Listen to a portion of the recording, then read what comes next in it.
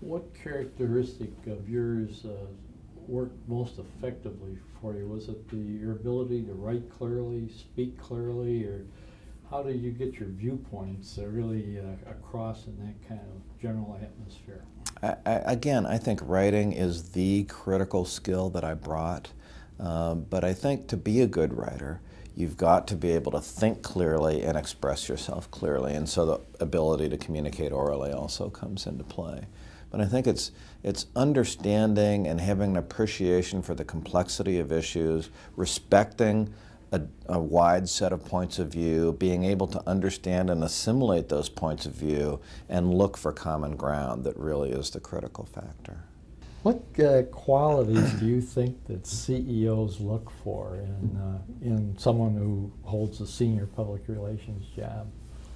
Well, I mean, I think the traditional ones are being good at the fundamentals of communications, but I think they also look for a sense of calm in crisis, a wise ability to think clearly about difficult issues, and the conviction to offer strong and sound advice, sometimes advice that they may not even want to hear.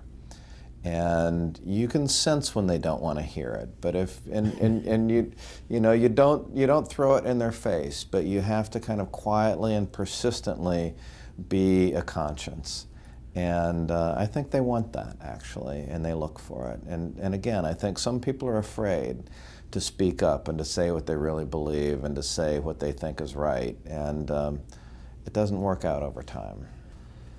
You have a wide acquaintanceship among senior public relations people and know quite a few of them. What characteristics do senior public relations people have that are sort of self-defeating tendencies that they have, maybe be overly verbose or to bullshit or to do one thing or another?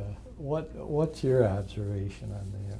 Well, you don't see it often, but there are some who seem to let their own ego get a little bit in the way, and they start to become the story, or to see themselves as being maybe bigger than they really ought to be. It's a staff role, after all, and you've got to recognize that ultimately you're not the decision maker, you're the advisor. And I think it's important to take that role on seriously with some degree of humility, but also with a centered calmness and conviction that doesn't waver from day to day and issue to issue. Okay, when selecting people for your department, what Yeah. characteristics and abilities do you look for? Well, I look for several things, and I think I would start with integrity and ethics. And you were just speculating a moment ago, kind of off camera, about how where does it come from? Some people seem to have it and some don't. I don't know that I can answer that question, but I do think that you look for it. And particularly in public relations, you have to have a respect for and a dedication to the truth, and a willingness to say, this is what's right, this is the way we see it, and we're going to stand up behind that. And I think you look for that. I think it's one of the things you hire for. You also hire for sort of basic communications ability, with writing skill being the single most difficult commodity to find, and yet the most critical that you must have. And so I look for that and I hire for it.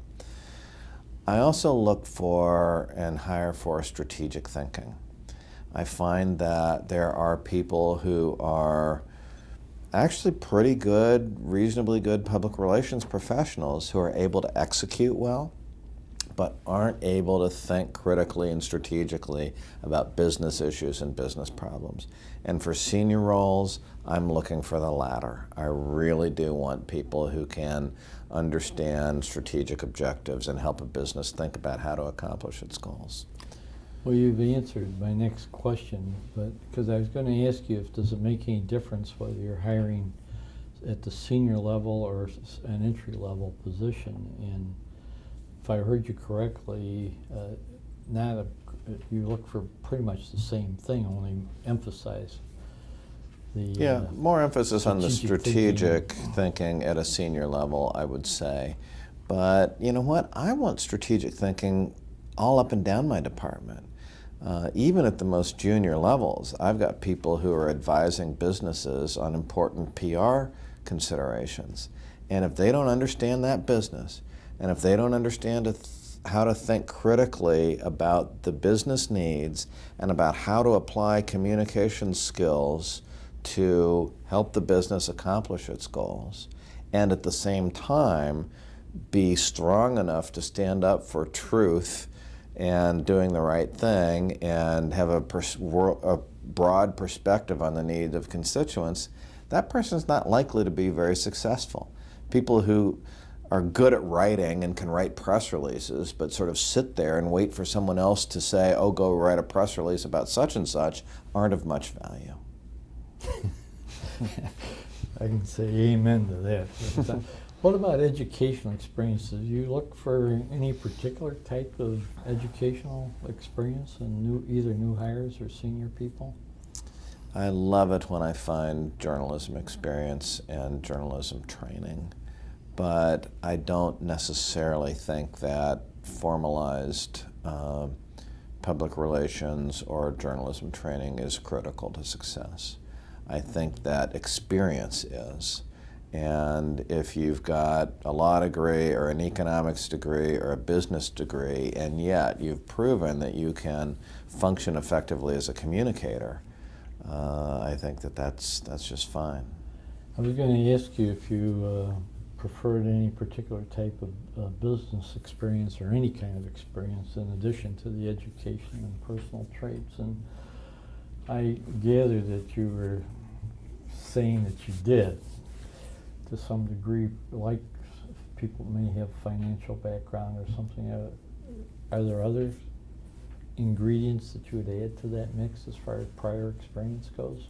I'm actually pretty open. You know, it's always nice from an Aetna perspective if you can find someone with healthcare experience, but it's not essential.